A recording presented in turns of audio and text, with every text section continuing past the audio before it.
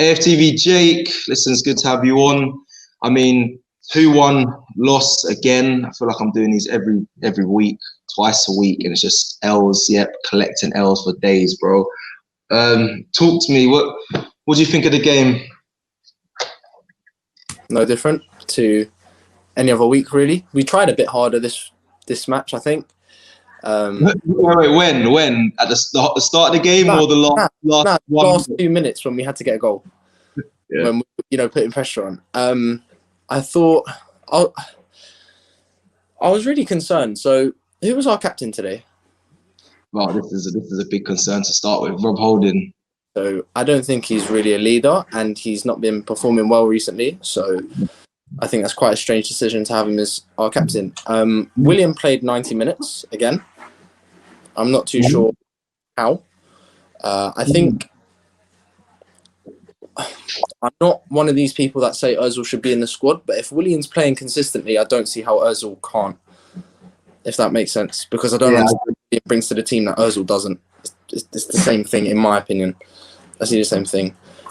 Pepe, again, a bit disappointing. Yes, he scored a goal, but every time he got the ball, he didn't have that confidence to take the man on.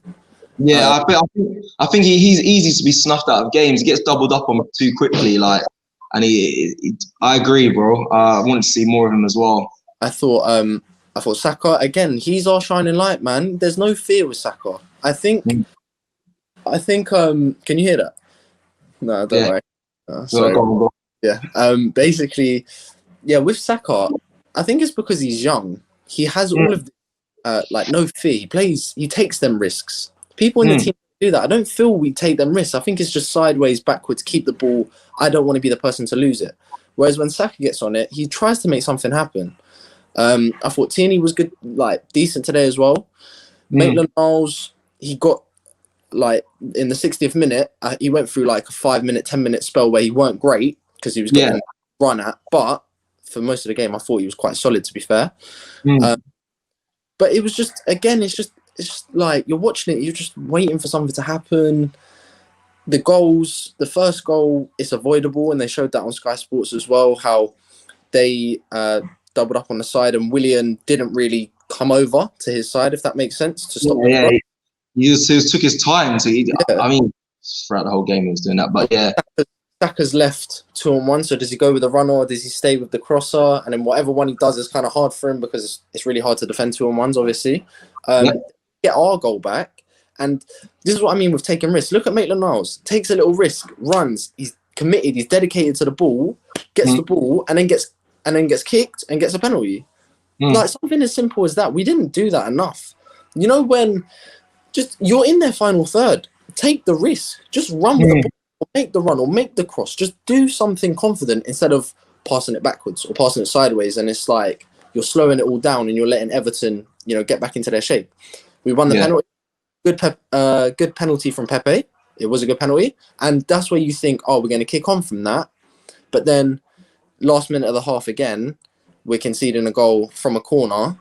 It's funny how we don't concede from a corner the whole season, and then we concede 2 in the same week, where we concede from Burnley on Sunday, and then today. And then from that point, it's kind of similar to the Spurs game, where Everton don't need to score again. They can just shut up shop, and we have to try and break them down. And I don't know whether it's our system or whether it's the players, but we didn't really do anything different to try and break them down. I think when Martinelli came on, he had a bit about him, and that's why I'm kind of excited for Martinelli to come back. But again, the expectation shouldn't be on him. The guy's a kid. Same with Saka. It shouldn't be on them to come on. And it's just kind of, I think the players, obviously they're low on confidence, but that's still not an excuse for not taking the risk. Just express yourself. You're playing football. That's your Jake, is that do you think that's down to overcoaching from the manager, or do you think it's the players just not good enough, or just not good enough to take the risks? I think it's a mixture of both, to be honest. I think some of the players just really aren't good enough, at all, to take us to whatever level we want to be at, because for the last 4 or 5 years, we've been going that way. Declining rather than this way. So some of them players have been there for those years. So it's not just the manager. And I like what Jamie Carragher was saying. He was saying sacking Arteta isn't really going to do anything because you're going to go and get another manager with the same players. You've given Arteta, Partey, Gabriel. Yeah, Willian might be a bad signing, but you've still given him, players that he wants. Yeah. And then sacking him and getting another one. It's just going to be the same thing. Let Arteta do his thing. Let him try and implement in January. Hopefully we get a few more players. But what I'll say to Arteta is what I think might not be great for him. He keeps kind of like chopping and changing things. So like 3-4-3 towards the end of last season. And then we started 3-4-3 this season. And then it's gone to a 4-3-3. And then like today in the game, he changed to, I think, a 4-3-3 when Martinelli came on because Saka went to the right and Willian kind of went as like an attacking midfielder. Yeah, he went as a false. I think it's harder for the players to understand so many different instructions in so many different systems. I think he should just pick his system, pick the players that he thinks can do the system the best, and just give them the simple instructions, and that's the game plan. Just go and do it because it worked. To end of last season, we were beating Southampton 2-0 away. We beat Wolves away. We weren't doing bad. I don't know what it is this season that's made us so poor. I think that kind of it does. Sorry, I think it does fall down to the players as well because I've criticised Arteta for not having a plan B for not. So when something happens, our players can't react because they don't know what to do and it's very predictable. But it can get overcomplicated. But at times you do need a plan B. I just don't know if the players. But what's plan A at the moment? It's another great question. No, that's the issue. Get crossed into the box. Yeah, to Eddie and Nketiah. Calvert-Lewin, if we had Calvert-Lewin crosses into the box is cool. Calvert-Lewin won every header today. I just don't really understand, to be honest. It's kind of, deflating to watch. Like, I haven't watched the last 2 games, and that's not because I don't support Arsenal or because I don't love him. It's just like, what's the point? Like, what's the actual point? What am I gaining from watching them? It's not fun to watch them.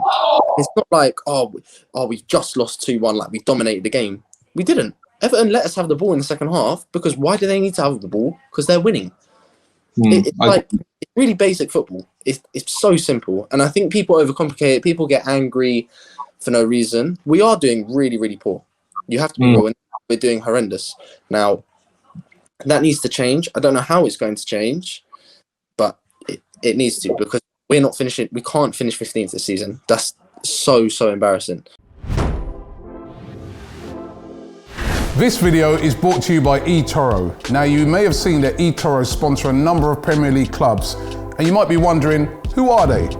Well, eToro is a global investment platform with over 16 million registered users, which offers everything from stocks, currencies and commodities to cryptos like Bitcoin. Now, if you don't have time to invest, eToro is perfect. You can use eToro's CopyTrader feature, copy top performing investors, so when they make a trade, you make the same trade automatically at no additional cost.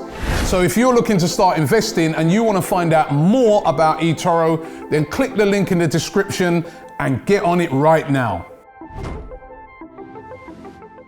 Robbie here from AFTV. We just got to say a big thank you to everybody who follows us across our various channels. Over 1 million followers on YouTube.